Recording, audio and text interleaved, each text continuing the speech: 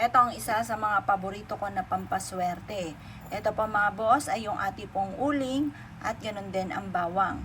Ito po yung makakatulong upang sa ganon, imbis na kamalasan ay puro kaswertehan naman ang darating. Subukan nyo po na maglagay ng ganito sa may harapan ng bahay po ninyo at ito mismo ay hihigop ng mga negative energy. Kung ikaw ay may negosyo or kaya po mabossing ko isa ka sa mga mananaya at nais nyo na maka-attract ng swerte, puro swerte ang dumating, subukan nyo po ito. Papapansin po ninyo, tuyo na yung aking mga bawang. Papalitan ko lamang po ito. Ganito lang ang paggawa. Yan. Alisin ko lamang po ito. At pagkatapos, ito pwede pa siya. Hihimayan ko siya ng bawang. Ganyan lang. Pwede nyo itong ilagay sa may gilid ng pintuan ng main door or kaya po sa harapan ng inyo pong negosyo. Ang dulot nito ay swerte. Kayo mismo maa-amaze sa dami ng mga blessing na darating sa inyo. Proven po ito na napakaswerte. Yan, maraming pera ang darating. Siksik-liglig at umaapaw at maraming pera. Ayan.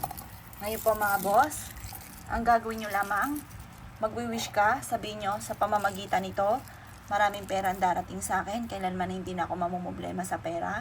Siksik-liglig at umapaw at maraming pera sa araw-araw ang darating sa akin. Magkakaroon ako ng malaking benta at hindi na ako uutang pa or kung uutang ako, mabilis ko mababayaran. Makakaipon ako ng maraming pera at ako ay palagi suswertin. Ganon mga boss.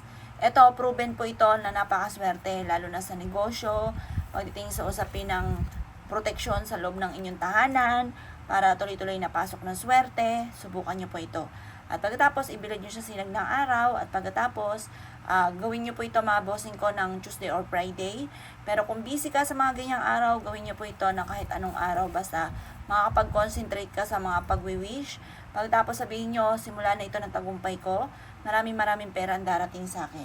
Yayaman na ako at magiging matagumpay at hindi na ako lagi namumblema tungkol sa usapin ng pera. Ganoon ang mga pagwi-wish ha. At pagkatapos po mga bossing ko, ang gagawin nyo lamang, ito po ay ilalagay po ninyo, bibilad nyo siya sinag ng araw hanggang alas 8 ng umaga at pagtapos kunin nyo po ito at ilagay sa harapan ng bahay or kaya sa gilid ng pintuan ng main door or kaya sa inyo pong opisina, sa inyong negosyo at ang hatak nito ng swerte ay walang humpay. Subukan nyo po ito at ito po ay isa sa mga paborito ko na mga pampaswerte. Kaya ako'y kinaniwala at nais po itong gawin. Huwag ka na magpatumpik-tumpik pa. Subukan nyo po ito. Proven po ito na napakaswerte. Kaya kung gagawa ka ng ganito, lagi kang positive, lagi sasabihin yung mga magagandang salitain at kalimutan na ang mga pangit na salitain. Yung hindi makakatulong na yan, bagus ay puro wish at problema, yan po ay kalikalimutan ng mga bossing ko at ito ay ito ang gawin po ninyo at lahat na kung ano man ang mga pagsubok, lubog sa utang, away-away ang pamilya, lagi may karamdaman, mailap ang swerte, eto na mga boss, gawin nyo na po ito.